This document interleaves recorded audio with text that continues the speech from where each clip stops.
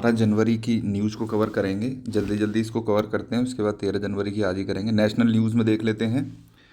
स्वामी विवेकानंद जी की birth anniversary थी और उसके लिए हम नेशनल यूथ डे मनाते हैं, आप देख सकते हैं 12 जनवरी 2026 को। उन्होंने बोला था, arise awake stop not until the goal is achieved. उठो जागो और तब तक नहीं रुको जब तक लक्ष्य प्राप्त ना हो जाए। ओके, तो 12 जनवरी को याद रखना राष्ट्रीय युवा दिवस मनाते हैं। नेक्स्ट मैंने बात की थी कल चिल्लई कलान के बारे में। ये एक शीत लहर होती है, उसको ही चिल्लई कलान बोलते हैं, जम्मू कश्मीर में आती है। ये देखो किस तरह से ये झरने हैं वहाँ के, वो जम चुके हैं। इसकी वजह से पानी नीचे ऊपर से नीचे गिर रहा है और नीचे गिरते गिरते जम गया है, यू कैन सी। डिमेंशिया के बारे में मैं बात करना चाहता हूँ, क्योंकि डिमेंशिया के पेशेंट्स को लोग जनरली ये समझ लेते हैं कि ये केवल और केवल भूलने की बीमारी है। ये भूलने की बीमारी नहीं है, it is a series of symptoms. जिन लोगों को डिमेंशिया होता है वो चीज़ों को भूलते तो हैं ही हैं, लेकिन और भी सिम्टम्स देते हैं। उसको थोड़ा सा समझ लेते हैं।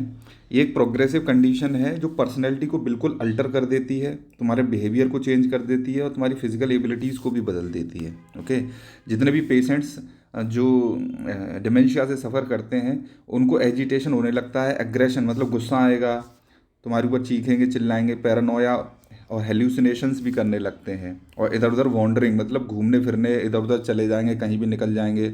ओके, उनकी लाइफ में कन्फ्यूजन इंक्रीज़ हो जाता है, कन्फ्यूज बने रहते हैं, और मोबिलिटी डिक्लाइन हो जाती है। मोबिलिटी मतलब घूमने फिरने तो निकल जाते हैं, लेकिन चलने फिरने की कंडीशन थोड़ी सी कम हो जाती है, और चलते फिरते गिर जाएंगे, ये कंडीशंस इनकी बढ़ जाती हैं। ओके, प्लस अगर देखा जाए तो जो पर्सनल हाइजीन है वो बहुत ही चैलेंज एक तरह से बन जाता है इनके लिए।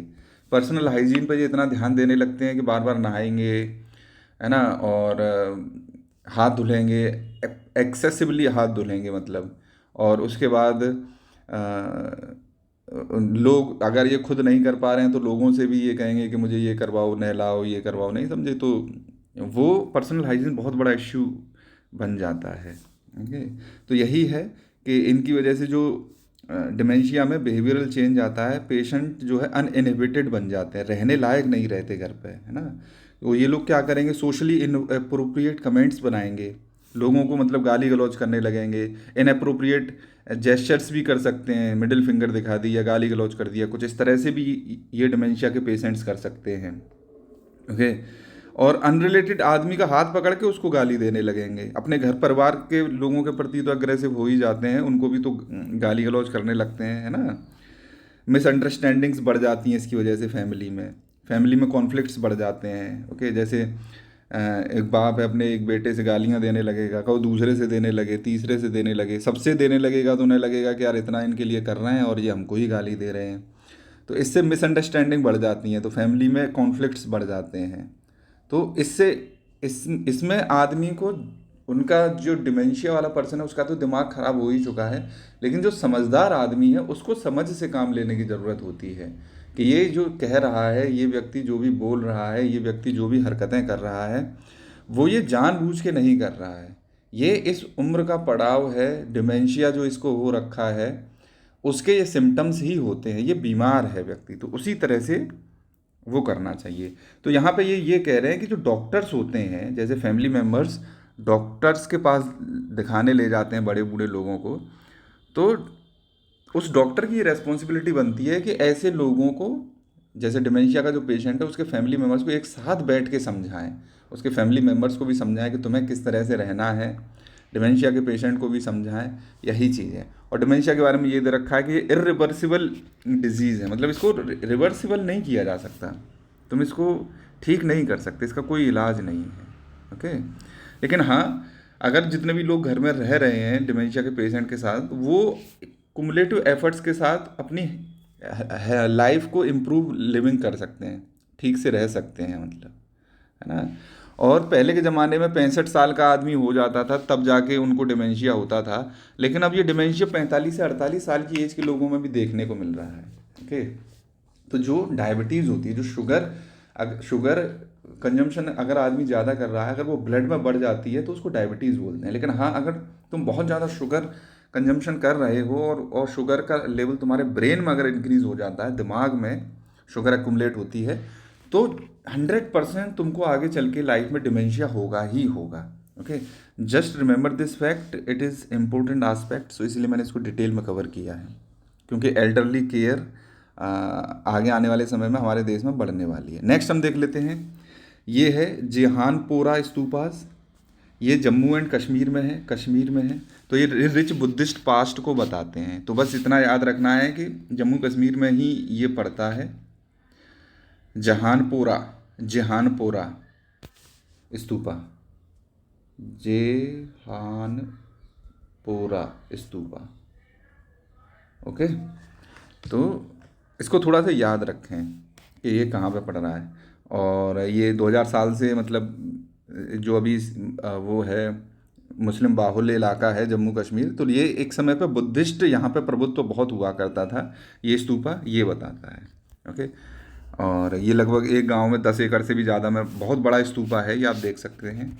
और इसका जो सेंट्रल एशियन स्टडीज़ हैं और लोगों ने भी इसका मेंशन किया हुआ है, चाइना वगैरह के उनमें भी इनका मेंशन है। राज तरंगिनी जो काल्हन ने लिखी थी, ओके, उसमें भी इसका जिक्र किया गया है कि किस तरह से कश्मीर में अशोका के टाइम से पहले भी बुद्धिज़्म प्रिवेलेंट हुआ करता था। ओके, तो ये काल्हन ने राज तरंगिनी लिखी है, ये भी याद रखना यूपीएसआई के पर्सपेक्टिव से। Gift we seek from Krishna, भगवान कृष्ण से हम सबको क्या गिफ्ट चाहिए? हीरे मोती सोना चांदी नहीं मांगने हैं, उनसे यही मांगो कि हमें सिर्फ भक्ति का एक गिफ्ट दो प्रभु, कि हम आपकी भक्ति में ही लगे रहें ज़िंदगी भर। ओके, हमें अपने आप को वन मतलब हर एक व्यक्ति को अपने आप को सरेंडर कर देना चाहिए पेरुमल को, पेरुमल मतलब कृष्णा को, by saying Govinda 3 times. Govinda Govinda Govinda कहो मुंह से, और भगवान के चरणों में अपने आप को समर्पित कर दो। ओके, और वो टेक केयर कर लेगा रेस्ट का। ऐसे ही कृष्णा जी ने भी कहा है भगवत गीता में, जब अर्जुन को बोल रहे थे कि तुम अपनी अर्थली नीड्स को सरेंडर कर दो, सब कुछ छोड़ दो। ओके, जाने दो सब कुछ धरती पे, जो कुछ भी मोह माया सब त्याग दो, and surrender yourself to me and I will take care of the rest and I will accept your surrender also, है ना। यही सारी चीज़ें हैं, तो वही है, ये भक्ति के सेक्शन में आता है, फेथ के में, तो मैंने कहा मैं बता दूं। नेक्स्ट हम देख लेते हैं, PSLV C62 मिशन लॉन्च किया इसरो ने। इसमें अर्थ ऑब्जर्वेशन सैटेलाइट हम भेज रहे थे, और 15 को पैसेंजर भी थे, मतलब इसके साथ 15 और सैटेलाइट्स भी थे, और ये फेल हो गया है unfortunately. Injection of EOS N9 मतलब 14 और सैटेलाइट्स थे, टोटल 15 थे बेसिकली। ओके, EOS का मतलब होता है अर्थ ऑब्जर्वेशन सैटेलाइट। इसमें क्या करेंगे, ऊपर एक सैटेलाइट भेज देते हैं, अर्थ को ऑब्जर्व करते हैं, फ़ोटो खींचेंगे उसमें, देखेंगे क्या कहाँ है, ठीक है कि नहीं। तो इसकी चौथी स्टेज में कोई दिक्कत आ गई थी, तो उसकी वजह से ये फेल हो गया। नेक्स्ट हम देख लेते हैं, ये जो हम क्रिप्टो एसेट्स में जो लोग इन्वेस्ट करना चाहते हैं, उनको अब ये सेल्फी लेके और एक पेनी ड्रॉप मतलब ये होता है, ये KYC करना पड़ेगा, know your consumers, sorry. Penney drop का मतलब ये होता है कि आपके अकाउंट में एक पेनी भेजी जाएगी। पेनी एक चवन्नी बोलते हैं, ये एक तरह से USA डॉलर का टर्म है। तो ये चेक किया जाएगा कि वेदर दिस अकाउंट कोई बॉट अकाउंट तो नहीं है, फेक अकाउंट तो नहीं है, जो रियल पर्सन बता रहा है जिसने सेल्फी लेके भेजी है उसी का अकाउंट तो नहीं है। तो ऐसे ही कुछ 1 पैसा या 1 रुपया डाल के देखा जाएगा उसके अकाउंट में, अगर चला जाता है तो उसके बाद ही उसको माना जाएगा कि हाँ KYC कंफर्म हो गई है। तो इसको पेनी ड्रॉप KYC बोलते हैं, इसको याद रखना। तो ये एंटी मनी लॉन्ड्रिंग और कॉम्बैटिंग टेरर फाइनेंसिंग को रोकने के लिए ही ये किया जा रहा है, क्योंकि अब वर्चुअल डिजिटल एसेट्स हैं, क्रिप्टो करेंसीज हो गई, है ना, NFT हो गए, नॉन फंजिएबल टोकन्स, इन सबको रोकने के लिए ही ये किया जा रहा है। इंडिया में FIU देखता है, FIU IND है इसका पूरा नाम, financial intelligence unit IND, India की, ये देखता है, मिनिस्ट्री ऑफ फाइनेंस के अंतर्गत आता है। तो क्रिप्टो एसेट्स को चेक करने के लिए हम ये लेके आए हैं। नेक्स्ट भैरव बटालियंस, ये नई आई हैं आर्मी में, स्विफ्ट ऑपरेशंस करेंगी ये, तुरंत ही, जैसे कहीं पे भी कोई भी दिक्कत आती है तो तुरंत जाएंगी और मार पीट के तमाम ऑपरेशन को सक्सेसफुल करके वापस आ जाएंगी। ओके। और भैरव बटालियंस को डेजर्ट फाल्कन्स के नाम से भी जाना जाएगा, AKA लिख देता हूँ मैं इसमें, also known as desert falcons, desert में उड़ने वाले चील एक तरह से। ओके। अभी 5 फुली ऑपरेशनल हैं, 15 बना दी गई हैं, और इसको टोटल ऐसी 25 बनाई जाएंगी ऑल ओवर इंडिया में, और कहीं पे भी जाके इनको ऑपरेशंस करना होगा तुरंत करके चली आएंगी। रामागुंडम रीजन में एक थर्मल पावर प्लांट हमने लगाने की बात कर दी है, ये तेलंगाना की सरकार ने बोली है। रामागुंडम याद रखना एक टाउन है एक तरह का, तो ये गोदावरी रिवर के किनारे पे पड़ता है। यहाँ पे हम हाइड्रो पावर प्लांट नहीं लगा रहे हैं, थर्मल पावर प्लांट लगा रहे हैं। रामागुंडम पूछा जा सकता है as a location. Next, 3 new airlines जो इंडिगो का फियास्को हुआ था, इंडिगो एयरलाइंस का, उसके फियास्को की वजह से हम 3 नई एयरलाइंस लेके आ रहे हैं। जैसे हमारे पास शंख एयरलाइन होगा, इसका नाम शंख बजाएंगे जी। दूसरी एयरलाइन का नाम होगा अल हिंद एयर, और तीसरी का नाम होगा फ्लाई एक्सप्रेस। ये पूछी जा सकती हैं, आई डोंट नो, किसी वैसे एग्ज़ाम में SI UPSI के एग्ज़ाम्स वगैरह पूछी जा सकती हैं। ओके। और हम इसमें छोटे इस तरह के, ये तो थोड़ा बड़ा एयरक्राफ्ट है। हमने एक डोमेस्टिक फ़्लाइट्स के लिए हमने एक अपना खुद का एयरक्राफ्ट डेवलप किया था, जिसका नाम था, NAL ने डेवलप किया था, सारस नाम था इसका। ओके। सारस पक्षी होता है, उसके ही नाम पे हमने नाम रखा था। ये 19 to 20 सीटर प्लेन था, 20 सीटें होंगी, और डोमेस्टिक पर्पज़ से बहुत अच्छा था। कहीं पे भी दिल्ली से आगरा आना है या दिल्ली से कोलकाता जाना है, उसके लिए बेस्ट एयरक्राफ्ट हमने डेवलप किया। लेकिन सबसे बड़ी दिक्कत यही है कि हमको इंजन्स हम डेवलप नहीं कर पाए अब तक। इन प्लेन्स में भी जितने भी इंजन्स हैं वो हमने इंपोर्ट किए हुए हैं। किसी भी एयरक्राफ्ट का इंजन बनाना बहुत ही कठिन होता है। इंडिया के लोगों ने मिसाइल बना ली है, न्यूक्लियर वेपन्स बना लिए हैं, they have created everything, but अभी तक ये एयरक्राफ्ट का इंजन नहीं बना पाए हैं। जिस दिन इंडिया इंजन बना लेगा अपना, उस दिन हमारे लिए बहुत बड़ा अचीवमेंट होगा। इसीलिए आप देखेंगे कभी ना कभी फंड कावेरी इंजन नाम की कैंपेन चलाई जाती हैं, जो हमारा पिछले 30 साल से हम कावेरी इंजन को बनाने की बात कर रहे हैं, वो हम अभी तक नहीं बना पाए हैं। तो उसकी फंडिंग की बात चलती रहती है कि हम इंडिपेंडेंट हो जाएं इस सेक्टर पे भी, आत्मनिर्भर हो जाएं। ओके। तो कितना भी हम कर लें, सारा कितने भी एयरक्राफ्ट डेवलप कर लें, जब तक वो सक्सेसफुल नहीं हो सकता जब तक कि हम अपना खुद का इंजन ना बना लें, क्योंकि इंजन विदेश से ही आता है और उसकी डिलीवरी में डिलेज हो जाते हैं, और उसी की वजह से ही एयरलाइंस हमारी सफ़र करती हैं, रिपेयर वर्क नहीं हो पाता है। ओके। तो just remember these facts. Next देख लेते हैं। INS कौंडन्या के बारे में मैंने बताया था। ये गुजरात से गया था चल के, और कहाँ पे गया था, ओमान में गया था, मस्कट में। और ये एंशियंट इंडिया की टेक्निक पे बना हुआ है, स्टिच करके बनाया हुआ है इसको सिल के। इसमें कहीं पर भी नेल्स का यूज नहीं किया गया, आप देख सकते हैं। और ये ओमान पहुंच गया है। ओके। कई दिन से मैं इसको कवर कर रहा हूँ, आई होप। ये गुप्ता एज की टेक्नोलॉजी है, गुप्ता काल की, जैसे ट्रेड वगैरह करते थे, तो ये बुक प्रमोशन किया है इसमें ज़्यादातर, कि एक बुक के बारे में बताया कि इसको पढ़ो जाके। इसमें बहुत ज़्यादा आर्टिकल में कुछ है नहीं। री इमेजिनिंग डीलिमिटेशन। ओके। तो ये डीलिमिटेशन की बात कर रहे हैं इसमें, क्योंकि 2026 आने वाला है। हमने 2001 में एक 84th कॉन्स्टिट्यूशनल अमेंडमेंट एक्ट लेके आए थे, जिसमें हमने नंबर ऑफ़ सीट्स फिक्स कर दी थी 2000 में 2026 तक। मतलब 2001 के सेंसस के बेस पे जितनी भी सीट्स थी वो हमने फिक्स कर दी थी 2026 के लिए। 2026 में ये बोला था 2026 के बाद जो भी पहला सेंसस होगा उसके बाद से फिर से सीट्स को बढ़ाया या घटाया जाएगा स्टेट्स के बेसिस में। तो उसी के लिए बता रहे हैं कि ये बहुत डिलिमिटेशन करना बहुत ही खतरनाक काम होगा अगले आने वाले समय में। ओके। अब जैसे देखा जाए तो फाइनेंस कमीशन है, पॉपुलेशन साइज़ को वो देखता है कि 50% एलोकेट करेंगे। मतलब फाइनेंशियल, एक सेकंड में इसको पढ़ लेता हूँ। Immediate fall out is that finance commission has reduced allocation to the south, population size carries 50% weightage to the redistribution of union taxes. हाँ, मतलब पॉपुलेशन 50% वेटेज रखता है, ऐसा इन्होंने बोला है। तो साउथ में जो एलोकेशन होता है टैक्सेस का वो कम हो जाएगा, है ना, क्योंकि साउथ की कंट्रीज बोल रहा हूँ, साउथ की जो स्टेट्स हैं उन्होंने अपनी पॉपुलेशन को पिछले 70 सालों में बहुत कम कर लिया है। ओके। अगर तो पॉपुलेशन साइज़ के बेसिस पे जैसे फाइनेंसिस में लॉस होता है वैसे ही सीट्स में लॉस होगा, है ना। तो लॉन्ग टर्म इम्प्लीकेशंस हो सकते हैं। जो डिलिमिटेशन 2026 फर्स्ट फेज में शुरू होगा, 2027 से सेकंड फेज में स्टार्ट होगा, तो उसकी वजह से 2029 तक डिलिमिटेशन कर देना है। ओके, सीटें बढ़ा घटा देनी है, यही सारी चीज़ें इसमें बताई गई हैं। तो इसने अल्टरनेटिव दिए हैं कि साउथ स्टेट के साथ नाइंसाफ़ी ना हो, तो इसके लिए मैं 4 अल्टरनेटिव बताते हैं। पहला क्या है, total number of seats proportionate बढ़ा दें। मतलब जैसे 5 सीट तेलंगाना को है और 40 सीट यूपी को हैं।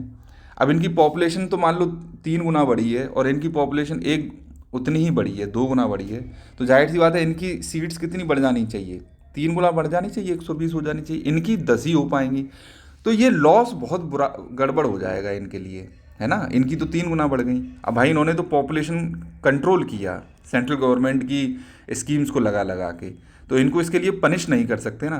तो प्रपोर्शन में बढ़ाओ, जैसे 5:40 है तो ये 1:8 हो जाएगा, इसी प्रोपोर्शन में बढ़ा दो इनकी सीटें। जैसे मान लो अब इसमें तुमको 10 गुना बढ़ानी है, या तो 10 गुना बढ़ाएंगे तो ये 10 हो जाएंगी और ये कितनी हो जाएंगी, 80 हो जाएंगी। क्लियर है कि नहीं। तो इस तरह से प्रोपोर्शनली बढ़ाया जाए। सेकंड इन्होंने क्या दिया है, इन्होंने ये भी बताया कि अगर इस तरह से बढ़ाई जाती हैं तो 866 सीट्स हो जाएंगी इस समय। सेकंड इन्होंने ये दिया है कि लोकसभा की में तो इक्वलिटी, मतलब total number of seat Lok Sabha में तो बढ़ाई दो जितनी बढ़नी है पॉपुलेशन के हिसाब से, लेकिन राज्यसभा में इक्वलिटी लिया। मतलब सारी स्टेट्स को, जैसे यूपी में 31 सीटें हैं, नागालैंड में 1 है, इस तरह की जो इनइक्वलिटी है इसको इक्वलिटी में कर दो, 10-10 सीटें दे दो सबको, तो 245 की 290 सीटें हो जाएंगी। तो इससे स्टेट्स को ये नहीं लगेगा कि हमारा जो पार्लियामेंट में है वो कम हो गया है, मतलब पावर कम हो गई है। ठीक है कि नहीं। तो ये भी एक अच्छा अल्टरनेटिव है। भाई लोकसभा में पॉपुलेशन के हिसाब से आप बढ़ा दीजिए सीटें, है ना। राज्यसभा में आप क्या करो कि इक्वलिटी ले आओ, जैसा कि यूएसए में है। यूएसए के अपर हाउस में 2-2 सीटें हैं सारी स्टेट्स की, है ना। 50 स्टेट हैं वहाँ पे, तो 100 की स्ट्रेंथ है। थर्ड इन्होंने बोला है कि लोकसभा की तो सेम रहने दो सीटों को, लेकिन जो विधानसभा की सीटें हैं उनको पॉपुलेशन के बेसिस पे इंक्रीज़ कर दो। मतलब स्टेट लेजिस्लेटिव असेंबलीज़ में जितनी भी सीटें हैं उनको बढ़ा दिया जाए। लास्ट इन्होंने ये बोला है कि लोकसभा की जो सीट हैं उनको पार्ट में बढ़ाया जाए, जैसे 60% तो करंट रेशियो के हिसाब से रहने दो, है ना। करंट रेशियो है पॉपुलेशन साइज का, उसके हिसाब से रहने दो, और 40% सीटें बढ़ानी है तुम्हें तो इसके बेसिस पे बढ़ाओ। एक सेकेंड रुको, I don't know whether it is recording और नॉट। 40% जो सीटें आपको बढ़ानी है वो उस बेसिस पे बढ़ाओ कि किस स्टेट ने कितनी पॉपुलेशन ग्रोथ को कम किया है। ओके, मतलब तो इससे क्या होगा कि जो साउथ की स्टेट्स हैं उन्होंने अपनी पॉपुलेशन कम करने में बहुत ही अच्छा काम किया है, तो वो रिवार्ड हो जाएंगी ये 40% सीट से। ठीक है कि नहीं। तो ये 4 अल्टरनेटिव दिए हैं, ये बहुत ही अच्छा आर्टिकल है। I hope that you read it. Okay, एक अगर डिलिमिटेशन पे क्वेश्चन आता है और जो कि आएगा ही मेंस में इस बार, तो आप ये काम बहुत अच्छे से कर सकते हैं, है ना। इस क्वेश्चन का आंसर अच्छे से लिख सकते हैं। अब एज ऑफ कंसेंट लोअर करनी चाहिए कि नहीं करनी चाहिए, अभी मैंने बताया था रोमियो और जूलियट क्लॉज के बारे में बात की गई है कि पॉस्को एक्ट है, उसका मिसयूज बहुत होता है। तो एज ऑफ कंसेंट मतलब सेक्सुअल इंटरकोर्स के लिए एक लड़की की कितनी मिनिमम एज होनी चाहिए कि वो हाँ कर सके। तो अभी इस समय 18 साल की एज है ना। अदर कंट्रीज़ में डिफरेंट है। जापान में 14 है आई थिंक। यूरोपियन यूनियन की कई कंट्रीज़ हैं जिसमें 16 है। इंडिया में 2012 तक 16 हुआ करती थी, लेकिन उसको 2012 में बढ़ा के हमने 18 कर दिया था। ओके, तो यही सारी चीज़ें हैं। तो हमको क्या करना है, मिसयूज करना है पॉस्को एक्ट का, मतलब मिसयूज करने से बचाना है पॉस्को एक्ट को। ओके, एज ऑफ कंसेंट क्या होता है ये मैं आपको बता चुका हूँ, है ना। 18 साल की एज का ही हमने इसको रखा हुआ है। 18 साल से छोटी लड़कियाँ इनकेपेबल हैं, मतलब इतनी समझ नहीं होती उनमें कि वो ये कंसेंट दे सकें। ओके, तो इसकी वजह से वो बढ़ जाता है एक्सप्लॉयटेशन उनका। ठीक है कि नहीं। मस्ट रिपोर्ट, हाँ, इस तरह का पॉस्को एक्ट में ये भी है कि अगर किसी व्यक्ति को पता चल जाए कि किसी 18 साल से छोटी लड़की या लड़के के साथ किसी ने सेक्स किया है तो उसको पुलिस को बताना मैंडेटरी है। ये सारी चीज़ें हैं। भारतीय न्याय संहिता ने भी रेप को डिफाइन किया हुआ है कि 18 साल की वूमेन के से छोटी लड़की के साथ अगर कोई सेक्स करता है तो उसको भी रेप की कैटेगरी में रखा जा सकता है। ओके, तो हिस्टोरिकली अगर देखें तो मैंने बताया आपको 12 साल हुआ करती थी, फिर 14 हुई, 2018 में फिर 16 हो गई थी, लेकिन 2012 में बढ़ा के इसको हमने 18 साल कर दिया था, है ना। तो ये सारी चीज़ें हैं। तो इसमें फेवर में क्या आर्गूमेंट है कि एज ऑफ कंसेंट को कम कर देना चाहिए, ठीक है कि नहीं। अब देखो, कम करने के लिए ये बोल रहे हैं कि देखो हमारा जो एडोलसेंट में सेक्सुअल बिहेवियर वो चेंज हो गया है। 11% लड़कियां हैं, वो नेशनल फैमिली हेल्थ सर्वे बताता है 11% जो इंडिया की लड़कियां हैं वो 15 साल से पहले ही सेक्स कर लेती हैं, और 40% लड़कियां 18 साल से पहले ही ऑलरेडी सेक्स कर लेती हैं। तो जब ये लोग कर ही रहे हैं तो क्यों ना एज को पहले और कम कर दो कंसेंट को, तो इसकी क्रिमिनलाइजेशन रुक जाएगा, मिसयूज रुक जाएगा, है ना। तो एक आर्गूमेंट तो ये है।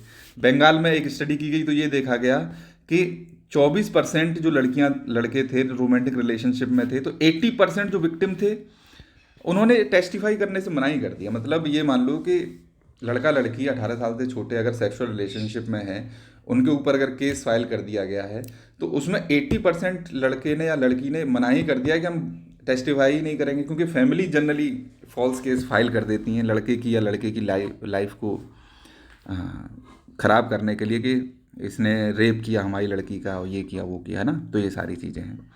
थर्ड इन्होंने आर्गूमेंट दिया है, तो सेक्शन 6 जो पॉस्को एक्ट का कहता है 25% ऑफ कंसेंशुअल, हाँ पॉस्को एक्ट में ये भी पाया गया है कि 25% जो लड़कियां हैं लड़के हैं वो कंसेंशुअल सेक्स रिलेशनशिप में थे, क्योंकि फेक केसेस आते रहते हैं तो पॉस्को वालों को भी पता है ये सारी चीज़ें।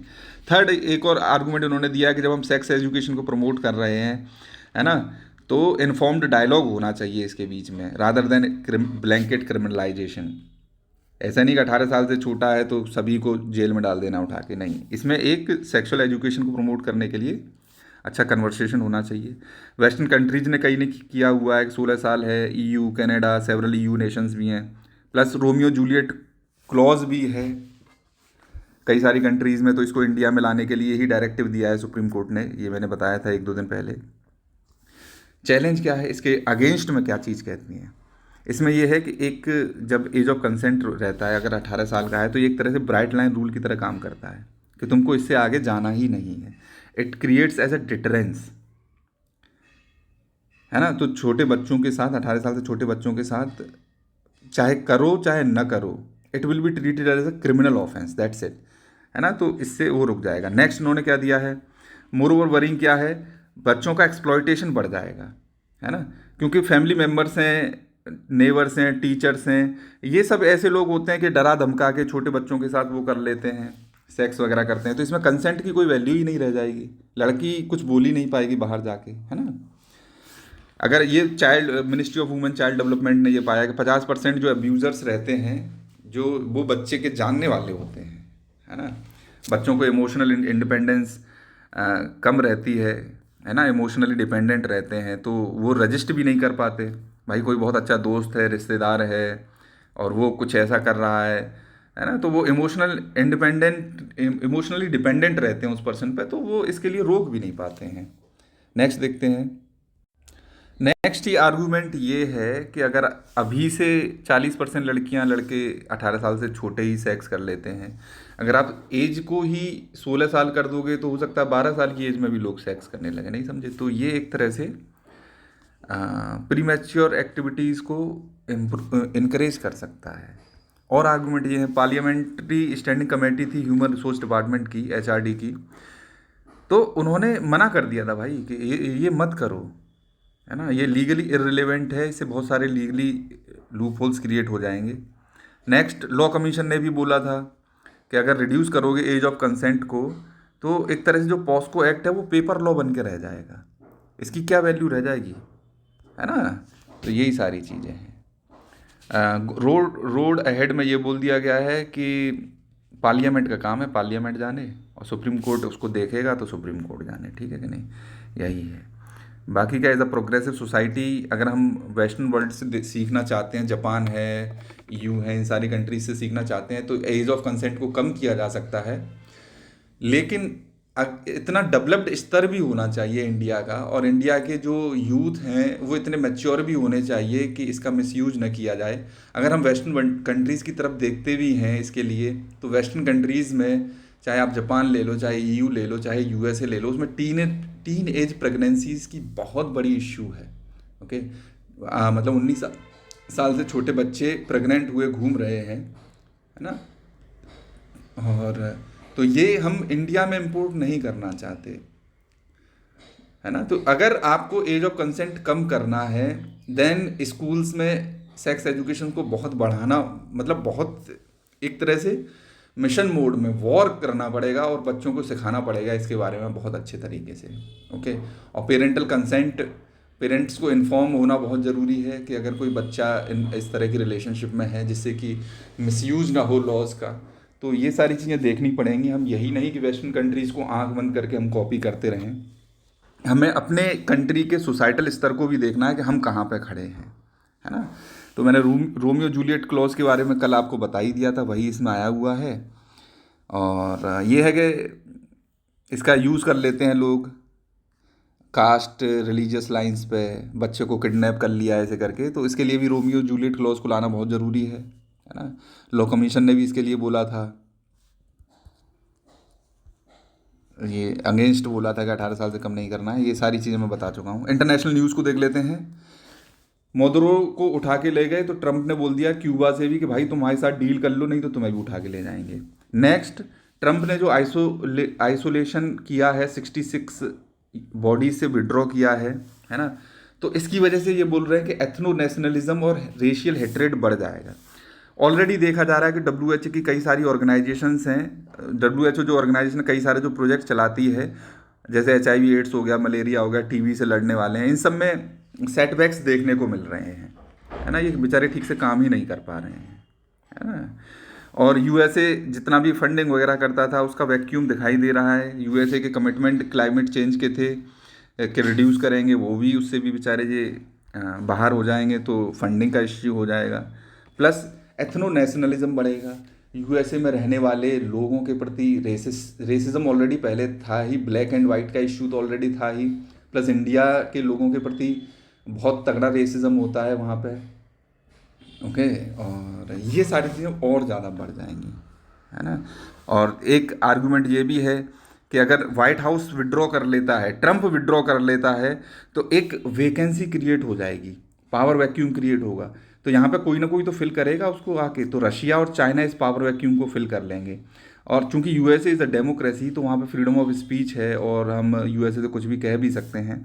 चाइना और रशिया आर नॉट डेमोक्रेसीज, तो वहाँ पे इश्यू ये हो सकता है कि वो डिक्टेटरशिप को बढ़ाएं और अपना जो एजेंडाज हैं उनको पुश करें, राइट। तो उसका मिसयूज होने के चांसेस बहुत ज़्यादा रहते हैं, ठीक है कि नहीं। ये बोल रहे हैं कि इंडिया ने फ़ोन नहीं किया था यूएसए को, तो उसकी वजह से हमारी ट्रेड पॉलिसीज़ नहीं हुई। तो उसके लिए यही बोल रहे हैं कि मोदी को इस समय पे क्या करना चाहिए। तो सलाह ये दी गई है कि अपने रिफॉर्म मूवमेंट जो मोदी ने चला रखा है उसको चलने दें, है ना। और जो ट्रंप का जो बिहेवियर है, टेंट्रम फेंक रहा है ट्रंप, तो उसकी वजह से पूरा ग्लोबल लीडर्स उसके अगेंस्ट हैं। तो इंडिया को फेवरेबल ट्रेड डील्स मिल रही हैं। हमने न्यूजीलैंड के साथ किया, ओमान के साथ किया, है ना। तो सिक्योर करें ट्रेड डील्स को, लेबर लॉज हैं उनको इम्प्लीमेंट अच्छे से करें, जो बजट आने वाला है उसको इतने अच्छे से वो करें कि हमारी इकोनॉमिक स्टेबिलिटीज़ बनी रहें। तो यही सारी चीज़ें हैं। प्लस ट्रंप ने बोला है कि हम क्रेडिट कार्ड में जितने भी लोग जो इंटरेस्ट रेट चार्ज करते हैं उसको 10% पर ही कैप कर देंगे। 10 साल से ज़्यादा एक साल में वो इंटरेस्ट रेट ले ही नहीं पाएंगे। जनरली अगर देखा जाए तो ये 30 से 40%, 42% तक भी एनुअल इंटरेस्ट रेट वसूल कर लेते हैं। अगर ये कैप कर देता है कि इंटरेस्ट रेट 10% ही रहें तो बहुत अच्छा रिफॉर्म हो जाएगा ये तो यूएसए की जो क्रेडिट कार्ड कंपनीज हैं उनका जो मार्केट शेयर है वो ग्लोबल डोमिनेंस हो जाएगा एक तरह से। क्योंकि कोई इंडिया का रुपए क्यों लेगा भाई। रुपए अगर 40% या 36% भी इंटरेस्ट रेट ले रहा है और मास्टर कार्ड जो यूएसए का है वो कह दे कि हम 10% ही लेंगे, अगर आप हमसे लोन लोगे तो इंटरेस्ट आपको 10% देना होगा, तो 26% इंटरेस्ट रेट बचेगा भाई, तो क्यों लेगा कोई रुपए। ओके, तो इस तरह से बहुत ज़्यादा इश्यूज हो सकते हैं। प्लस इसमें यह है कि यूएसए की कंपनीज थोड़ा सा लॉस भी फेस करेंगी, रेवेन्यू लॉस। तो इसके ऊपर ये था। अब इसको अभी आएगा ये पॉलिसीज़, तो इस पर और ज़्यादा वो आता है तो मैं बताऊंगा आपको। ईरान में 500 लोग लिखे हुए हैं, लेकिन मैं बता दूं आपको 12,000 से ज़्यादा लोग मारे जा चुके हैं। और आज है 14 तारीख, मैं रिकॉर्ड कर रहा हूं जब इसको, तो अभी तक यूएसए ने कोई भी मिलिट्री इंटरवेंशन नहीं किया है। वेनेजुएला की जो थी जो नई इंटरिम प्रेसिडेंट बनाया गया है डेल्सी रोड्रीगेज इसको, तो ये पॉलिटिकल प्रिजनर्स को रिमूव कर रहे हैं, मतलब जेल से निकाल रही हैं। मादुरो ने क्या किया था, अपोजिशन के लीडर हो गए और उन सबको उठा उठा के जेल में ठूंस दिया था, तो ये इनको निकाल रही हैं। ये थोड़ी सी न्यूज़ है, ये फर्जी आर्टिकल है। हाँ, ये बता रहा है कि हमारा जो कोर इन्फ्लेशन है उसमें कमी आई। अगर 2022 से देखो, ये कोविड के टाइम पे हमारा कोर इन्फ्लेशन थोड़ा सा बढ़ा था। अभी कोर इन्फ्लेशन जो 4% ±2 की जो रेंज है, मतलब 2% से 6% हमारा रिटेल इन्फ्लेशन होना चाहिए, सीपीआई कंज्यूमर प्राइस इंडेक्स का, तो उसी की रेंज में है। ये देखो 2.93, 2.93, 2.9। ओके, तो हम इसको मेंटेन करके चले हुए हैं, तो कोर इन्फ्लेशन में बहुत ज़्यादा चेंज नहीं आ रहा है। It is a good sign for India. और रिटेल इन्फ्लेशन की बात करूं, मैंने आपको बताया था 0.25 पहुंच गया था नवंबर में। दिसंबर में हो गया था ये 0.21 हो गया था ये, है ना। 0.25 पहुंच गया था, नहीं 0.7 पहुंच गया था, सॉरी। अब ये बढ़ के 1.33 हो गया है, जनवरी जो चल रहा है इस समय। ओके, तो रिटेल इन्फ्लेशन भी बहुत कम है। रेयर अर्थ के लिए मैं बता चुका हूँ, चाइना और यूएसए में सोने चांदी का जब मैंने आर्टिकल कवर किए थे, गोल्ड और सिल्वर के, तो G7 को यही बोला है। G7 की जो मीटिंग चल रही है फाइनेंस मिनिस्टर्स की, अदर कैबिनेट मिनिस्टर्स की, तो G7 तो है ही है, इसमें EU भी है, Australia, India, south Korea, Mexico जैसी कंट्रियाँ भी हैं। तो उन्होंने बोला है कि हमें चाइना पे डिपेंडेंस को कम करना है। ओके, तो रिलायंस जो है चाइना पे कम करनी है, तो अपना अल्टरनेट्स ढूंढो, अल्टरनेट सप्लाई चेन्स को इस्टेब्लिश करो। मैंने बताया था कि यूएसए चांदी को होल्ड कर रहा है, चूँकि चाइना प्रोसेस करता है बहुत ज़्यादा उसको, सिल्वर को, तो इसीलिए चांदी के प्राइस अगर 2025 जनवरी से देखो और 2026 जनवरी तक देखो तो 3 गुने बढ़ चुके हैं।